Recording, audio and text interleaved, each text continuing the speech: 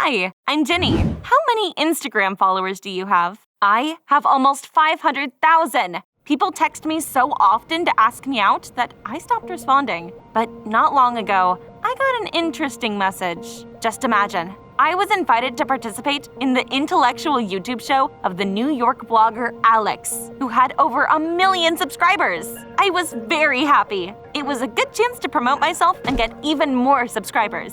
Of course, I agreed. But then they told me the topic of the episode, geography. I had never liked that subject, and I'd listened to music in the classroom instead of the teacher. But I didn't want to screw up on the show terribly, so the next morning, I asked the biggest nerds in my school to tutor me a little. But they made excuses and refused. They didn't have time for it because they needed to prepare for exams, apparently. Yeah, sure.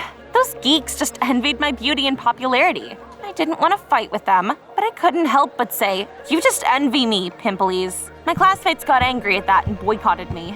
At first, it didn't bother me, but soon, problems began. Nerds wouldn't let me copy anything and stopped helping when the teacher asked me questions.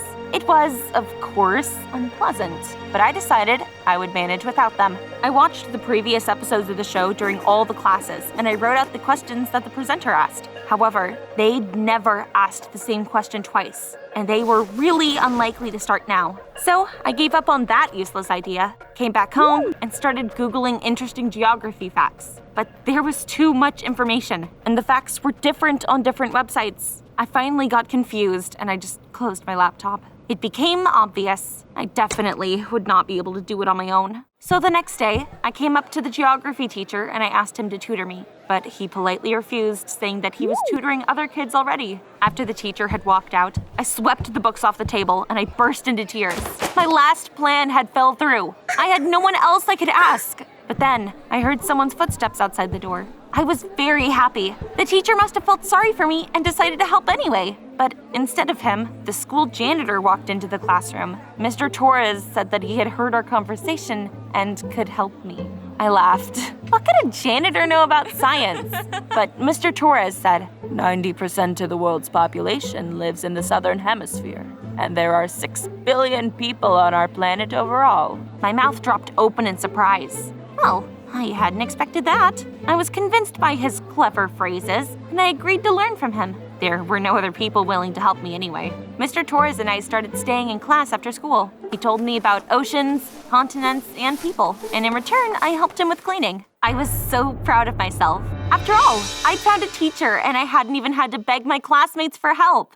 At school, I prepared a response to their boycott. I started openly ridiculing those hypersensitive girls. They turned green with anger and whispered among themselves nastily. Really though, it served them right. Envying people was bad. A week flew by. During that time, I learned a lot from Mr. Torres. Geography turned out to be not as boring as I'd thought. During the classes, I began to feel more and more confident. And once, I even volunteered to tell everyone about Africa. Standing in front of the class, I told everything the janitor had taught me. But the more I talked, the more surprised the teacher looked. In Africa, only the African language is spoken. It used to be too hot there, and people didn't want to go there. That's why no other languages are used in the country. The geeks laughed, and the teacher nervously drummed his fingers on the table and said, "Jenny, where did you learn this nonsense? Go to your seat and read the paragraph." The teacher handed me a textbook with a bookmark. I went back to my desk and I read the paragraph in just 20 minutes. I found out that over 2,000 languages were spoken in Africa, and the average annual temperature there had never risen above 30 degrees. Long story short, I had totally screwed up, and all because of that janitor. He had gone and told me nonsense. I decided to Google all his other stories, and just imagine, they all turned out to be lies. That old man had deliberately lied to me so I would do all the dirty work for him. It made me furious. I found Mr. Torres, and I told him everything I thought of him. After finishing my angry speech, I snatched a glass of coffee from a passing guy, and I poured it on the floor that had just been washed by the janitor. Here, clean up. Everyone should do their own thing and stay out of things they know nothing about. Mr. Torres obediently began to scrub the floor, but I couldn't calm down for a long time after that. Now, I had no more time to prepare for the show properly. At home, I even decided to refuse to go. But when I looked at Alex's blog, I saw an announcement of the upcoming episode with me in it. It was already too late to back out. It was time for extreme measures. Alex was a little older than me. I decided I would charm him and trick him into getting me answers. With my appearance, it would be a piece of cake. By the locations on his Instagram stories, I figured out which cafe Alex hung out in most often, and I started waiting for him there. When he sat down at a table, I walked past him and I put on a whole performance. I dropped a tray of food on the guy and I ruined his shirt. Outraged, Alex jumped up from his seat, but I didn't waste any time. I smiled my sweetest of smiles, apologized, and I pulled off Alex's shirt. I'm so clumsy. Wait just a minute, okay? I'll make sure your shirt is good as new. I quickly washed his clothes in the bathroom and I dried them with a hairdryer. When I returned, Alex wasn't angry anymore. As an apology, I invited him to a horror escape room based on the Poppy Playtime game. Of course, that was also part of the plan. When the blue Huggy Wuggy monster was chasing me, I purposely clung to Alex's hand and I hid behind him. The guy obviously liked it. After the game, he invited me to the cinema and then a trampoline park. Alex turned out to be really cool, and I felt bad about lying to him. The things we do for popularity. Moreover, there was very little time left before the show. So when Alex once again invited me for a walk, I made a sad face. I really want to, but I can't. I have to get ready for a show. I spend all day, every day reading books, because I don't know anything about geography. I used that excuse to tell Alex no 3 times in a row, and after that, he gave up. He showed up at my house and said he missed me, and that he was ready to do anything for me to spend time with him again, even lie. Alex sent me the answers to the questions that would be on the show. I could barely resist jumping up and down with joy. It turned out to be so easy. I couldn't help but admire myself. Not only was I beautiful, I was also smart, and I wanted everyone to know about it. The next day, I bragged to my classmates and said that I would shine on the show in the evening. Everyone promised they would watch the stream, but one of the nerds, Frances, laughed. I just put it down to envy again. Nobody wanted to date someone so plain, so she was totally just green with envy. I wanted to see her face after I'd won the intellectual show. In the evening, I came to the set fully armed. Alex sat me down on the ottoman in front of a button, and he asked me about myself.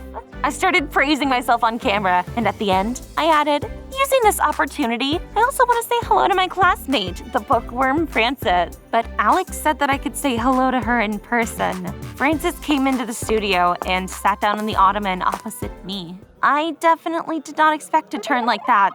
Now it was clear what had made her laugh so much at school. Ugh, what a nasty 4 eyes. Well, never mind. I would show her who was better. I moved closer to the button so I could press it as soon as the question was asked, and I would get ahead of Frances. After all, I'd already memorized the answers.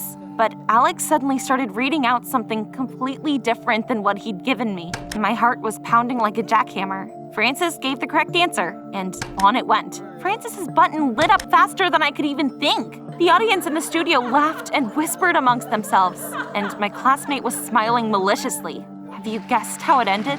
Of course, she won, with a crushing score of 20 to none on top of that.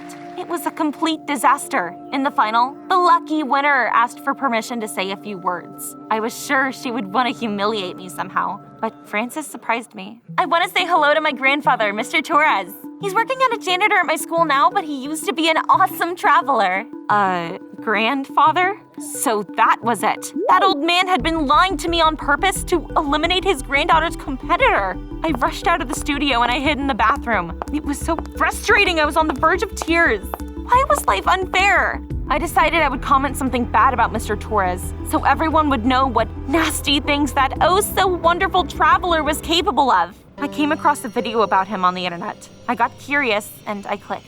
It turned out that in his youth, Mr. Torres had been a researcher. He had traveled to different countries and learned about the world. Get this, he had even lived in Antarctica for several months. But during one of his expeditions, he'd fallen off his horse and severely injured his head. After the accident, Mr. Torres had damaged his brain. That's why he hadn't returned to his job and he'd started working as a janitor. I felt terribly ashamed of myself. Mr. Torres had sincerely wanted to help me. He had just begun to confuse and make up facts because of his illness. And I had humiliated him in front of everyone. No wonder Frances had decided to avenge her grandfather. But how had she got to Alex and convinced him to change the script? I wiped my tears and I walked out of the bathroom. In the hall, Frances and Alex were discussing something. I hid behind a pillar and I eavesdropped. Unfortunately, they were talking too quietly. but I saw that Alex had forgotten to take off his lavalier microphone, and I realized what I could do. I ran into the control room and I shouted to the guy at the sound panel, "Why are you still sitting here? Hurry up and run to the set. They have a serious sound issue." The sound engineer got so scared, he even forgot to lead me out of the room. And after he left, I put on headphones and I found the couple that I needed on the cameras. Well, let's find out what they're whispering about. The first thing I heard was Frances's nasty voice. I knew what I was doing when I followed her and filmed that video in the cafe. Alex replied, "Thank you for opening my eyes. I thought we had met by chance, and she really liked me. But she just used me." Things didn't turn out the way I wanted them to. I really did have feelings for Alex. I wanted to keep dating him after this stupid show. But now, he was unlikely to ever trust me again. I grabbed at my head and I said out loud, "God, I'm such a fool. I really liked him." I took off the headphones and I trudged home. I had never felt so low. Unwittingly, I had hurt 3 people at once: Alex, Frances, and her grandfather. I laid down on my bed and I started to think about what I should do. But soon, my thoughts were interrupted by the doorbell. A few seconds later, Mom brought Alex to my room. I jumped up and I fixed my hair. "What are you doing here?" Alex handed me an earring. Oops. I guess I must have lost that when I took off the headphones. Since Alex had found it, it really could only mean one thing. He knew I'd been in the control room. While eavesdropping, you forgot something. The sound engineer's microphone was on, and everything was transmitted to my earpiece. I heard you talking to yourself. I blushed with shame, but Alex turned it all into a joke. "You are the craziest girl I know." We both laughed, and then we chatted for a long time about all sorts of things. Alex invited me for a walk again, and this time I didn't come up with any stupid excuses. All that was left to do was to say sorry to Mr. Torres. The next day, I came to school early and I found him in one of the classrooms. I apologized for my terrible behavior, and I helped him with the cleaning. The kind old man treated me to tea and sweets. Everything was going fine, but there was one problem left: that humiliating episode of the show. I felt so ashamed that I was even afraid to look at Alex's blog. People were bound to hate me. When my classmates came in, I was expecting to hear mocking comments. After all, they had said they would watch the live stream, but for some reason, no one said anything. I plucked up the courage and I opened the blog. To my surprise, the episode with me wasn't there. But why? I asked Frances about it. "I just wanted to teach you a lesson, not humiliate you." So I convinced Alex to record it, but not stream it. Don't worry though, he won't post it. I hugged Frances in joy, but she pulled away. Hold your horses. It doesn't mean we're friends. If you hurt my grandfather again, everyone will see how you embarrassed yourself. I wasn't gonna hurt anyone anymore. This whole thing had brought me back down to earth. No one envied me or messed with me. I had just been too obsessed with myself to see it. After all that happened, I found a new hobby. Can you guess what it is? That's right, geography! I started reading more and watching documentaries about different countries. Now, I dream of going on a cool trip with my whole family. Where would you go if you were me?